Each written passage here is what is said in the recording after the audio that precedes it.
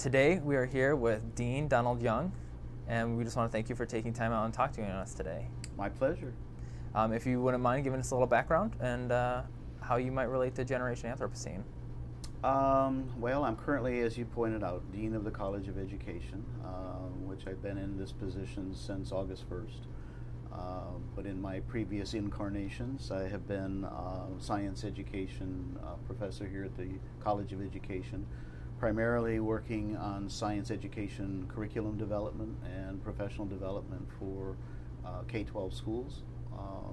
And most recently as director of the Curriculum Research and Development Group, which is a research unit within the College of Education.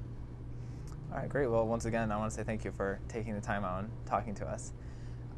One of the main focuses that we've seen through all the interviews that we've done is community input and community coming together and this shared idea of making a healthier environment through community activity. Now, we've also seen that generation-wise, it helps to start young. And you seem like you might be the perfect guy to talk to about starting with educating the younger generations. Well, I don't know about the perfect guy, but yeah, this has been a primary focus of all of the work that we've done, I would say in the College of Education, but certainly within the curriculum development that we've done for preschool through grade 10, 11, through the Curriculum Research and Development Group. It pertains to our science education programs, which are heavily involved in getting students actively engaged in doing science, and that means heavily engaged in working within their immediate environment, at the school, within the community. And a heavy emphasis is on that, is to understand the whole ideas behind ecosystems, interdependency, and that actions that each of us takes individually has an impact on everything else that we come in contact with. So yeah, it's a fundamental theme of ecology, interactivity, interdependence that pervades all of that work. Now, would you say that schools nowadays, in today's time, are much farther advanced than even 10, 20 years ago in this type of practice? In terms of engaging students actively in learning, absolutely. If you look at the work that we're doing here in the college, not just in what I just mentioned, but in teacher preparation, and I would say even our graduate programs, it's one that's focusing on community in terms of getting people to interact with one another. It's focusing on the importance of inquiry and engaging in thinking deeply about problems and designing actions to take about that. So it's far removed from when I was in school, where one would be presented with a textbook, read the textbook, answer the questions at the end of the chapter. And so that whole notion of being inquiry-based and engaged learning in collaboration with others permeates everything that we do from preschool through graduate school here. And I think that Hawaii is a great place to do that, don't you? It absolutely is. If for no other reason, you can immediately get into the environment, and here it is in March, and I do happen to know that where I grew up in upstate New York, they've got 18 inches of snow on the ground right now, and it's about 0 degrees.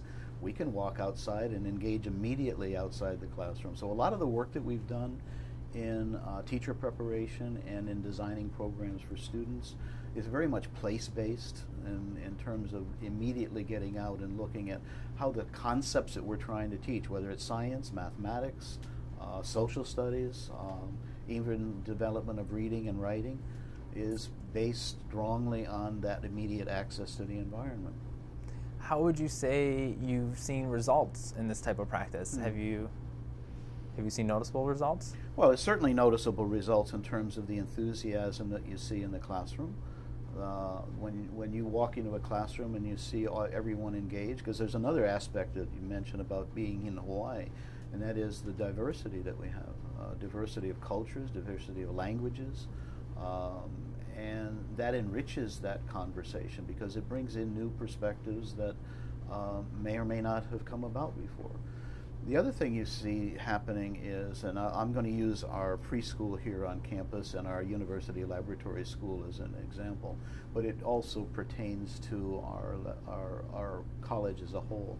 And there's a heavy emphasis on engaging in things like recycling, and a lot of that was driven by the students. If you go down to the preschool here, the Manoa Child Care Center, you'll see students who are engaged in growing their own food in gardens immediately outside of the classroom, looking at how they're recycling all of the food that they generate, the food that they get in the cafeteria, looking at how they recycle recyclables, and that has extended into the laboratory school, where there's a campus-wide emphasis with student-driven projects related to the environment, related to sustainability, and that has also generated our College of Education Senate engaging in a college-wide faculty project that aims at that as well. So yeah, you see that sensitivity, and I don't think it's unique to Hawaii, but in Hawaii we're far more sensitive to that, how vulnerable our fragile environments are,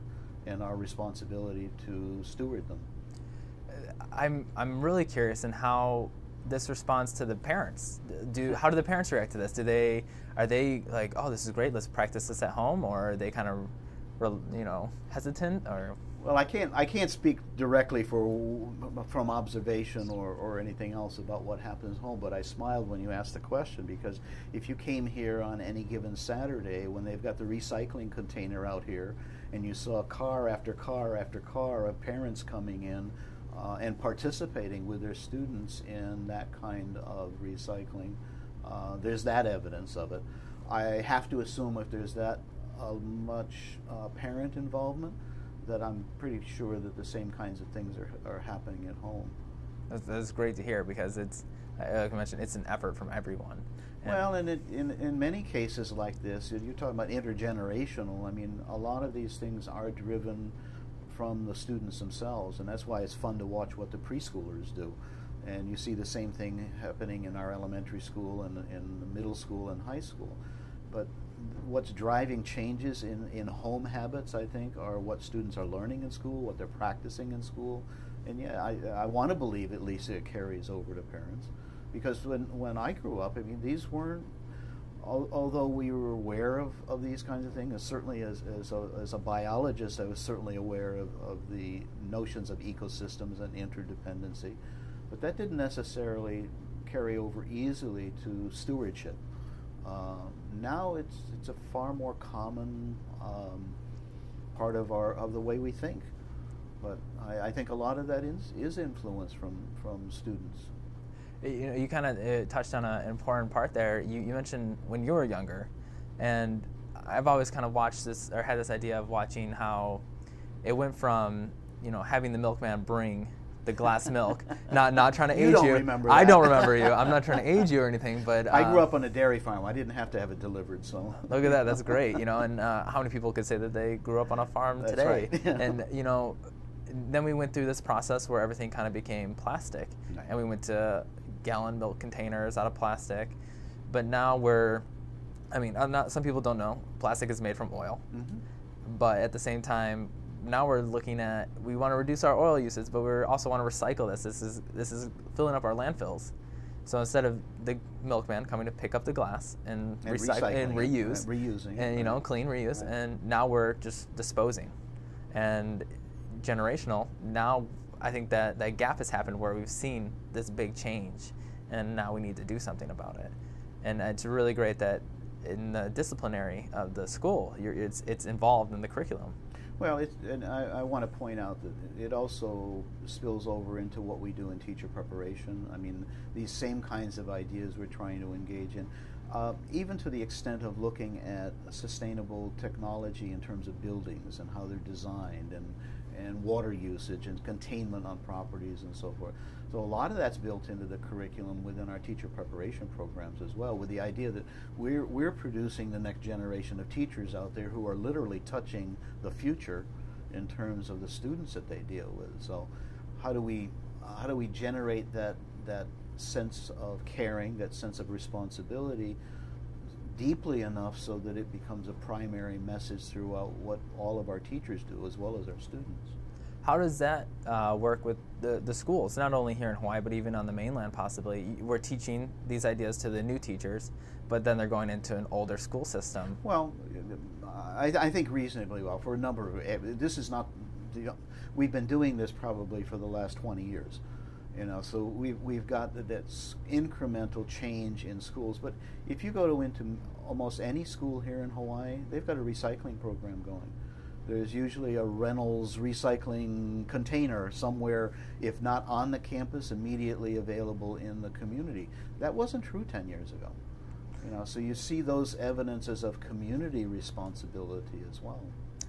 And I also think that, I don't know if you know much about this, I believe the Punahou schools, they are all agricultural gardens. I think they made that switch, and they're privately funded and they're a private school. So, that changes things a little bit, but it's interesting to see how schools are making the switch too, not just... Well, and there are a lot of public schools that are too. This whole notion, and in fact the legislature's been looking at legislation this year, this whole notion of farm to garden, of growing your own food on the campus. I'm on the school board for Kamaile Academy, and there's school gardens there which are fed into, are not fed in, that's a wrong analogy, but are used in the cafeteria. It does raise some issues with the health department and so forth, so those things have to be looked at to be sure that foods that are consumed in that particular way are not just healthy foods, but are prepared in healthy and safe ways. But you see an increasing number of that kind of thing. In the preschool that I was just describing a few minutes ago, that's exactly what they do. They grow their own food. There's a big celebration when the crops are ready to harvest. And so there's that real strong connection between gardening, farming, food production, and consumption. Would you say that now the curriculum is, I don't want to say going back to an agricultural or farming sense, but... Not in the sense that you just worded it. I mean, you mentioned earlier that not many people can say they grew up on a dairy farm these days, including my own children and my grandchildren. So no, the economies have changed so much that I don't mean that we're returning to an agricultural society or agricultural economy, but in the evolution that has occurred in societies, we become more urban and more dependent. Fewer and fewer farms, fewer and fewer opportunities for students to have that direct experience, which is why I believe very strongly we need to provide those kinds of experiences in school, because they're not common. And if it's not something that is possible to engage in at home, for example, if I live in a condominium, I'm probably not going to have a garden, but we can provide those kinds of direct experiences for students in our schools. So there's a strong emphasis. There's also a lot of school partnerships in the public schools with farms in the community. Ma'o Farms on the Waianae Coast, for example, has strong working relationships with a number of the schools on that coast. And there are other examples around the state which I can't quite remember right now, but there's several of those kinds of things going on, which trying to connect our young learners particularly back to the land and back to the roots. And putting that in a Hawaii context, really, I mean, the whole ahupua'a concept in Hawaii is there. So it's very much part of the culture, that the host culture that we live in. So there's all kinds of connections there that make it relatively easy to do and well accepted. And it's great. And culturally, Hawaii is so diverse, and it's such a fragile environment that it has to be. That people have to know what to do and kind of have to be environmentally aware. Now, you mentioned you're from New York, and I'm from Michigan, so we have these winters that tend to get a little bit below 70 degrees. Yes. How do you see these type of practices being implemented on the mainland? It's very similar. I mean, you have to make adaptations for the climate in the winters, but we've worked for years in disseminating the science programs that were developed right here on this campus nationally in some 36 states, for example. So you apply the same principles, you just have to adapt them to the particular climate and local environments that are there. I mean, much of what we're doing is starting locally, starting with what's available in the local environment that you can teach science and mathematics concepts, for example, and growing from that immediate application into increasingly more generalizations that apply everywhere. But getting students at whatever age clearly connected to what's available to them locally. Very different approach than, as I said, that I had as a student, where you're reading science out of a book. I mean, we want students engaged in their environments, and that applies in mathematics, it applies in social studies, which means we want them engaging with communities. It's a very different kind of education today than we have probably experienced before. How much legislative help are you getting? I want to say, you know, you make a great point of living in a condo, and you can't have a garden. Right. But there's community gardens Right. here in, you know, public, private, anything like that. You can buy or reserve land. I don't think you can buy. You can rent it. But what kind of help are you getting from the government? Well, if I put it in the broader sense of government versus legislature. You're right. I mean, there are community gardens. I think you're seeing an increasing number of that, where the opportunity is there to share that kind of experience, and that also becomes intergenerational, because a lot of those community gardens are often run by grandparents who bring their, if not their children, their grandchildren into that. So I know that the gardens that have existed down near the zoo, for example, I mean, they're very, very well maintained. A lot of community involvement in it. And I think you're seeing a lot of that with these partnerships with the farms that are adjacent to schools as well. I smiled when you said legislature, because I tend to think these are the kinds of things I don't want to have legislated. We want to have them happen because of the right things to do, not because somebody passed a rule or a policy that you must do it. Because the latter is probably not so sustainable. That's true. You know, you can't force people. Can't force people to do it. Right. So that's why it's taken us so long to think about change. Well, look at the things that have happened in healthy lifestyles with cigarettes, for example, with the plastic consumable bags, which you pointed out earlier. You know, that's a petroleum product, and you're seeing those cultural changes, which may be another way that I can point to. Are what we're doing in schools having an impact on families and communities? Yeah, I think so. I mean, you're seeing people who are much more sensitized to why some of these habits that we've developed, consumable products, for example, may not be as wise or sustainable. They're convenient, but they may not be wise or sustainable. And you see those kind of changes happening through legislation, actually. Yeah, and you know, I think what I initially meant by it was maybe more so of funding to reserve these types of lands, of public gardens and types of things like that. But you know, you make a good point with that. Well, too. First the lands have to be available, and certainly there has to be the political will to set them aside. But I think one of the strains that we have in Hawaii is just the lack of availability of open spaces and land. In Michigan or New York, it's a whole lot easier to find open places that you can actually engage in doing agricultural activities or sustainable activities. Here, it's a little more difficult to find acreage or spaces that can be used. But clearly, we're doing it. I mean, it is happening. Yeah, and Hawaii is such a great heritage. You know, Hawaiian lo'is. You know, and that was something that was definitely another great example. Yeah, you know, generational. You know, you pass it down, and we have one right on campus.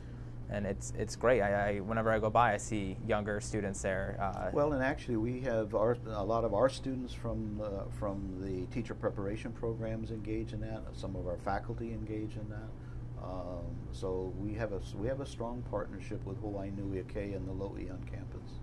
And from what I'm hearing, it sounds like you have a really well knit community. You know, like there is just participation from everybody. I don't really see anyone not really pulling their weight. Well, we can always improve. I mean, you know, so when you say everybody, that gets me a little bit nervous, but are we moving in the right direction? I think so, and I think what this particular property that the College of Education occupies has for it, we literally have here a P20 community, because we have an existing preschool, we have a K-12 school, we've got higher education, so it's a great environment to see how that mix occurs. You know, as well as we're doing, I think certainly there's opportunity for improvement too. So, what would your ideal improvement? What would be the first thing that you would want to kind of work to improve if you had the opportunity? I can point to some of these things because I know they're on campus. I've been here quite a long time. I've worked at all of those different levels, so I'm not sure that everyone knows about them. So I think, we could do a whole lot more in communicating what's happening on campus. We are attempting to look more as a P20 continuum through efforts of some of our faculty members, one of whom happens to be in the preschool, another who happens to be in the laboratory school, and another one who happens to be on our teacher education faculty. So we're beginning to develop those relationships. So quite frankly, they probably couldn't have been there without the underlying pieces already being in place. So now that they are, I think we can think more systemically, and we can act more systemically. And that means that we can better communicate what's happening on our own campus to others as they come through. We have about 2,000, just under 2,000 students in our college in this campus. So when you think of the potential of exposing them to some of these things, I think we do a pretty good job now, but we can do better. And I think you hit a good thing. Is it's not really broadcasted how much really goes on here. Right. Some educators are terrible at advertising what they do. They just don't. You know. A lot of students don't know that they're in the middle of an arboretum. You know? That's true. Yeah, that's true. And I kind of thought of we're required to take certain courses. We have a Hawaiian history requirement. We have some of the general core requirements are well intended. Yeah, and absolutely. Second language. Right. You know, very very strong core classes. But there's no requirement for a sustainability course or anything like that. Do you see that coming in the future? Or? Perhaps. Well, I don't know. We try to encourage these kinds of things by making them requirements. So there are the writing intensive courses and so on, and the ones who. Whether or not that's a good idea to make it a sustainability course as a requirement versus infusing that in just about everything that we do on campus is probably a better strategy. You know, the work that's been done at Saunders Hall, for example, is a great testament to what can be done on this campus, and that started with student involvement. So I don't know. I have mixed feelings. I mean, I can see. If you look at it from the importance of it from an island community and sustainability, maybe there's a strong argument to having one of the courses that are designated S for sustainability. As I said, I just have mixed feelings about that. That may be a good way to get it started, but I'd rather see it infused in what we do in every college. Yeah, that's a great point because, once again, we get to the idea of you can't force people, right? Can't force people to do it, even if we require that kind of course. Yeah. Just, you asked me before, what's the impact on families and so forth. Well, just because we've had these experiences in courses doesn't mean that they have a long-lasting impact on human behavior. It's very, and once again, the Hawaiian Studies did a great job of teaching me about how Hawaii needs to be, or was a long time ago, very sustainable, and now we're very dependent. Well, not totally dependent. I mean, if you look at where we've decided to go as a state with 8.5 million visitors a year now, and the economic impact is clear there, but there's also a societal and an environmental impact. And I don't think we always think of what's the balance of that. We're incredibly vulnerable here if there is a pandemic, for example, if there's a shipping strike.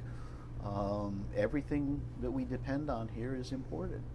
So, you know, in terms of sustainability, there are a lot larger issues, but I think the way that you begin to develop an awareness of those are the kind of things we've been talking about. Right. Engaging students hands-on, engaging them minds-on in their immediate environment, and thinking about what that means in an island situation. Yeah, and I'm curious, and how might we be able to integrate these into other courses? You know, how can we put the idea of sustainability into mathematics 100, you know? Well, you'll see it, I can't speak for other colleges, but you'll see it embedded in many of the courses that we teach in the College of Education. Particularly, we've got faculty members who are incredibly involved in place-based education, and meaning not just science education, but mathematics and so forth, and looking at what are the roots in the environment and the roots in the culture, and using that as a jumping off point for developing some of these ideas. So we've got faculty in science and mathematics, and I would say in social studies, who are clearly involved in community, who work very hard to get their students in both the undergraduate and the graduate level thinking in those terms, because we know when we graduate them, they're going to have a lifelong impact on others. So that if you look at the multiplier effect, you know, it's incredible. Now, do we do that as a required part of our curriculum? Probably not at this time. It's still dependent on the passion of individual faculty members who do an excellent job and are encouraged to do so. But therein lies, I think, also looking at the culture change within the college and constantly building on that foundation and moving us further in that direction. Yeah, and I think it kind of just showed us the loop there that it makes, because right now we're educating the generations. We're working with the future teachers, and we're teaching them that this is a part of your daily life, and when they go into their career field, they will then incorporate it into their subject. It's even more cyclical than you think, because our graduates from our teacher preparation and our leadership development programs go out into the communities in the schools, and they produce the students that come back to us as new students into those programs. So planting the seeds, even in a minor way, has long-term payoffs, because as the students of those graduates come back, they will come into our programs, we hope, with that same kind of sense of stewardship. They're going to come through the general core courses and some of the experiences that you described before we even get them in the College of Education. So if you look at those cycles over a couple of generations, you can make tremendous progress. I couldn't agree more. You know, just looking at the way one person can spread out, you know, is a really mind-blowing effect. So yes. It's great. Is there anything you'd like to add? Well, I appreciate what you're doing, and I think it's an interesting project in terms of documenting different perspectives on it. As we talked a little bit earlier, I mean, I'm a perpetual optimist, so I tend to look at things that, you know, what are we doing well now? How do we sustain that? But how do we also build on it and do better?